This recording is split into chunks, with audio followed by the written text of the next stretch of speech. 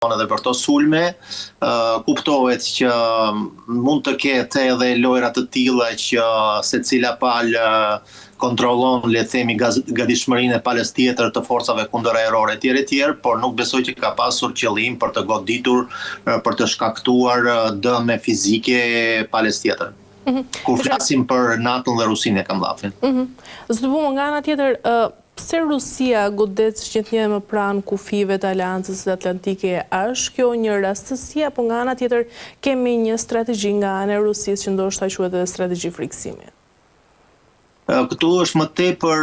duhet parë parasysh se ku zhvillohen luftimet. Është domethënë e qartë që Odesa është një portë furnizimi dhe të gjitha furnizimet që vijnë në Ukrainë, ato vijnë në portin e Odesës kryesisht dhe në zonën Bilesflitet që dhe Moldavia që është ngjitur në kufi është një hub nga kalojnë shumë furnizime për ushtrinë ukrainase dhe Rusia mundohet maksimalisht të godas atë kufi dhe sa më pranë kufirit që këto domethënë materiale ushtarake të mos mbërrinë në front. Domethënë nga ana e logjistikës është shpjegueshme në këtë mënyrë. Por kuptohet që ka dhe domethënë dalin edhe këta dronë të pa kontrolluar ose që kanë dalë jashtë kontrollit që ndoshta pastaj kalojnë. Në të kaluarën ka pasur edhe dronë që kanë vajtur deri në Mosgaboj, deri në Kroaci, kanë fluturuar gjithë pjesën lindore të Europës dhe kanë arritur deri në Kroaci. Këto kanë qenë flit, atëherë nuk u bë shumë zhurmë e madhe, sepse dyshohej që këtë e ka bërë vetë Ukraina, por mund ta ketë bërë dhe Rusia për të kontrolluar, le të themi, për të parë gatishmërinë e forcave ajrore kundërajrore të NATO-s. Prandaj këtu mund përfshihet gjithçka, varet edhe nga ato, domethënë, detyrat që kanë shërbimet sekrete respektive. A ka pasur, zoti Bumo, një përgjigje sa i përket këtyre lajmeve të fundit nga ana e Rusisë? Nuk e kanë dhënë lajmin, domethënë të gjitha agjencitë e lajmeve e kanë dhënë që është goditur domethënë një pallat në kufi, domethënë në një qytet të Rumanisë, domethënë të gjitha, por nuk e kanë një pjesë agjencive janë referuar Ministrisë së Mbrojtjes së Romanisë që ka deklaruar që droni është rus, disa të tjera kanë deklaruar që nuk i dihet nga është droni, me i kujt është droni. E qartë. Nëse ky dron ka ardhur nga ana e Rusisë, zoti Bumo, a mendoni se kjo goditje tashmë në Rumani mund të jetë ndoshta një këmban alarmi, po i shuaj se kemi një konflikt tashmë midis Rusisë dhe NATO-s? Këmbana e alarmit ka tingëlluar me kohë dhe gjithmonë situata po agravohet vazhdimisht dhe nuk janë sigurisht këto dronë që do të shënonin një kthim akoma më të keq të situatës në këtë drejtim. Por, domethënë sigurisht që këto, le të themi, dronë, këto situata janë një tjetër argument për të hedhur më tepër benzinë në luftës, le të themi zjarrit të luftës, dhe kjo e bën situatën edhe më të rrezikshme, e gravon akoma më tepër. Por fatkeqësisht situata mes Rusisë dhe NATO-s mbetet edhe nder dhe Rusia tashmë e ka të qartë, paktën kështu deklarojnë në Kremlin dhe në qarqe zyrtare këtu që NATO është domethënë pjesëmarrëse e mirëfillt e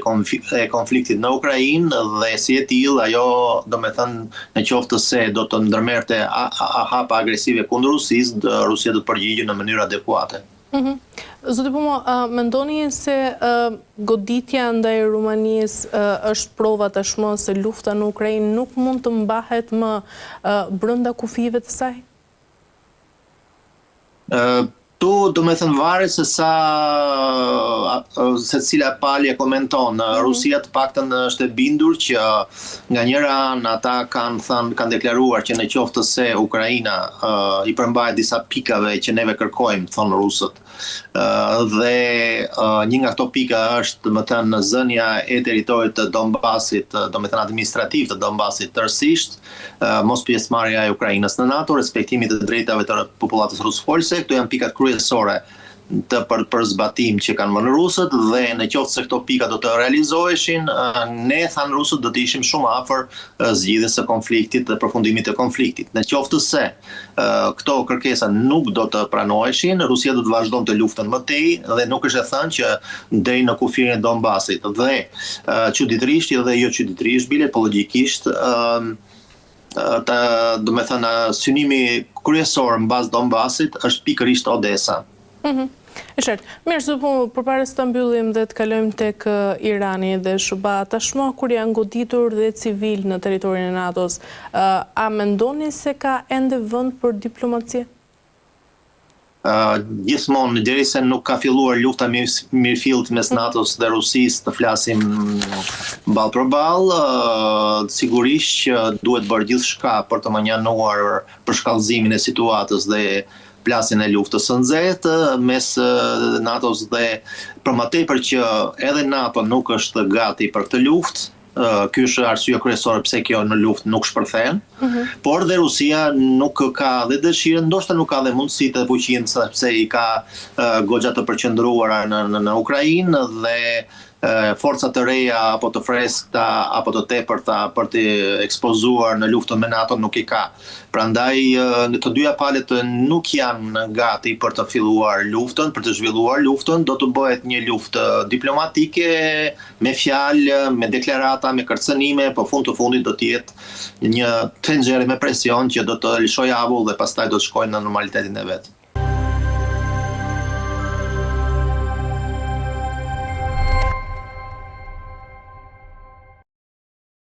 Mirë, të punë, kalojmë tek konflikti tashmë në lidhjen e mesme mes SBA-s, Izraelit dhe Iranit. Thuhet se marina e korpusit të gardës revolucionare islamike e Iranit ka thënë se qëlloi me të shtëna paralajmëruese drejt 4 anijeve pranë ngushticës së Hormuzit, por anijet thuhet se po përpiqeshin të kalonin nëpër rrugën ujore pa koordinim ose autorizimin para prag. Cili është sinjali, zoti Bumo, strategjik që po jep tashmë Teherani me të shtëna paralajmëruese ndaj anijeve në një nga korridoret më jetike të botës, ashtu si e kemi shuar? Teherani po përpiqet të fitojë maksimumin e dividendeve politike në radhë të parë nga ky konflikt tashmë, duke e parë që ai ka arritur mbar, domethënë luftës për ekzistencë, sigurisht që humbjet e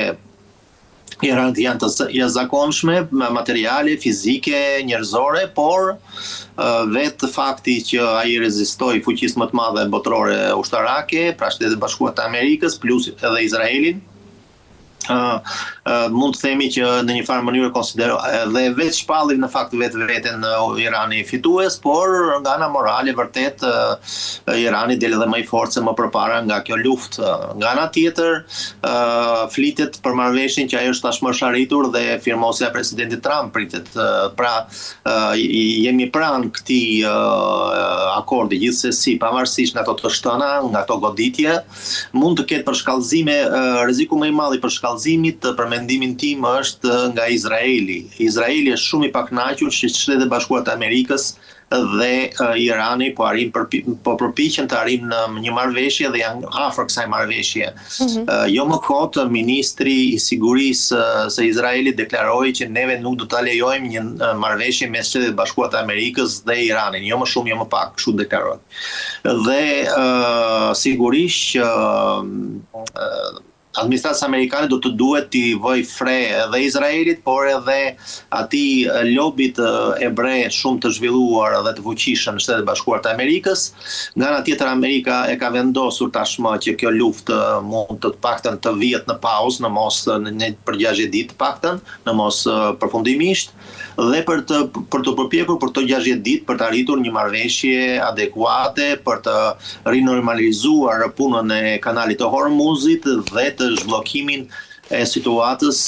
me le të themi cisternat e ndryshme që janë bllokuar atje dhe me funksionimin normal të ngushticës për të zhbllokuar dhe trafikun e 20% të naftës botërore. E qartë, zoti Bumo, nga ana tjetër, deri ku mund të shkojë Irani pra në emër të saj që quan mbrojtjen e sovranitetit, por pa provokuar këtu një reagim ushtarak ndërkombëtar? Unë besoj që edhe Irani i ka, si themi, frika ruan vreshtin. Ata nga njëra anë sigurisht që kërcënohen që janë mallkuar qoftë imperializmi amerikan etj, por gjithsesi ata kanë sigurisht edhe mbështetjen të Rusisë, kanë më tepër morale se sa konkrete, ndërsa nga Kina besoj që kanë më tepër ndihmë aktualisht, por gjithsesi Irani e kupton që në rast të një përkeqësimi të situatës mund të rifillojnë bombardimet, sepse koha punon jo vetëm për Iranin, por dhe për Shtetet e Bashkuara të Amerikës që po mbush depot me municione sërish, sepse prodhimi nuk është ndaluar. Prandaj situata edhe askush nuk do dëshironte në Iran mendoj që të ribombardojë Irani përsëri dhe është më e thjeshtë, më logjike të paktën për të rënë ujdi duke i dorëzuar atë uraniumin 450 kg të uraniumit të pasuruar, flitet që është pasuruar deri në 60-70%, apo edhe deri kanë vajtur deri në 80, thonë në kohë të saktuara, por